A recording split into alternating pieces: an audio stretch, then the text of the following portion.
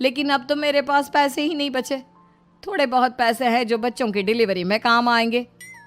लेकिन मम्मी जी, आपकी बेटियों को वापस आने में तो अभी बहुत वक्त बाकी है। वही सोच सोच कर परेशान हो रही हूँ। सोच रही हूँ कल से दूध भी बंद करवा देती हूँ। अब दूध वाले को देने के लिए पैसे भी तो नहीं है ना। अरे नहीं नहीं मम्मी जी, अगर दूध भी बंद करवा दोगी तो मुझे चाय कहाँ से मिलेगी, और चाय के बिना मैं तो मर ही जाऊंगा। क्या करूं बेटा, इसके अलावा हमारे पास कोई ऑप्शन नहीं है। मेरे पास पैसे ही नहीं बचे। इस तरह कावेरी जी धीरे धीरे अपने तीनों दामादों को पैसे देना बंद कर देती हैं और घर में खाने पीने की चीज़ें लाना भी बंद कर देती है। अब वो तीनों बुरी तरह से परेशान होने लगे थे और इसलिए एक दिन तीनों प्लान करके घर से बाहर निकलते हैं और बाजार में जाने के बाद यार, अच्छा खाना खाए हुए कितने दिन हो गए, पता नहीं कब अच्छा खाना मिलेगा। हमारी बीवियों के जाने के बाद तो हमारी हालत भिखारियों जैसी हो गई है यार। कुछ भी हो, मुझे तो आज पिज्ज़ा खाना ही खाना है। जेब में 1 रुपया नहीं है और पिज्ज़ा खाएगा, कहाँ से आएंगे पैसे? अरे देख, वहाँ सामने बोर्ड पर क्या लिखा हुआ है, कंप्यूटर पर काम करने के लिए एक आदमी की आवश्यकता है।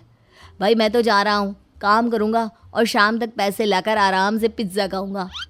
जा जा, तुझे कोई काम नहीं देने वाला, हम तो घर जा रहे हैं। चल भाई सुमित।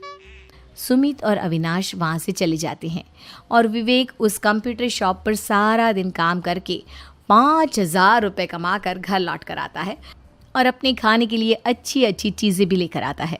ये देखकर विवेक और सुमित के दिल में भी कुछ पैसे कमाने की इच्छा जागती है। अरे सुबह सुबह कहाँ चल दिए तुम? मम्मी जी, एक बहुत अच्छी जगह मिली है, कंप्यूटर पर काम करने के 5,000 मिले थे कल मुझे।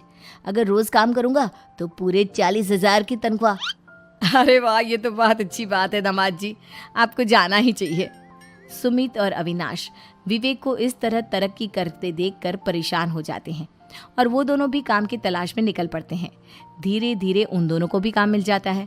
अब कावेरी के तीनों दामाद छोटी मोटी नौकरी करके अच्छा पैसा कमाने लगे थे। एक दिन कावेरी उन्हें अपने पास बुलाती हैं। अरे वाह, विवेक 40,000 कमा लेता है, अविनाश 60,000 और सुमित तुम भी 40,000 के आसपास कमा ही लेते हो। कुल मिलाकर तुम अच्छे खासे पैसे कमा रहे हो बेटा। हाँ मम्मी जी, बहुत मज़ा आता है जब महीने के एंड में मोटी रकम हाथ में आती है। पूछिए मत मम्मी जी, घर में रहकर रोटी बना बना कर और तो जैसा महसूस होने लगा था मुझे तो। हाँ बेटा, तुम तीनों की बात तो बिल्कुल ठीक है। और जानते हो, अब तुम तीनों की पत्नियां भी वापस लौट कर आने वाली है। लेकिन मम्मी जी, अभी तो उन्हें गए सिर्फ 2 महीने हुए हैं, आपने तो कहा था वो 4 महीने के बाद लौट कर आएंगी। ऐसा कुछ नहीं है बेटा, मैं सिर्फ तुम तीनों को सबक सिखाना चाहती थी कि आदमी घर में बैठकर बीवी की कमाई खाता हुआ अच्छा नहीं लगता। इस दुनिया में हर इंसान को मेहनत करनी चाहिए, काम करना चाहिए, चाहे वो औरत हो या आदमी, ताकि अपने परिवार को संभाल सके।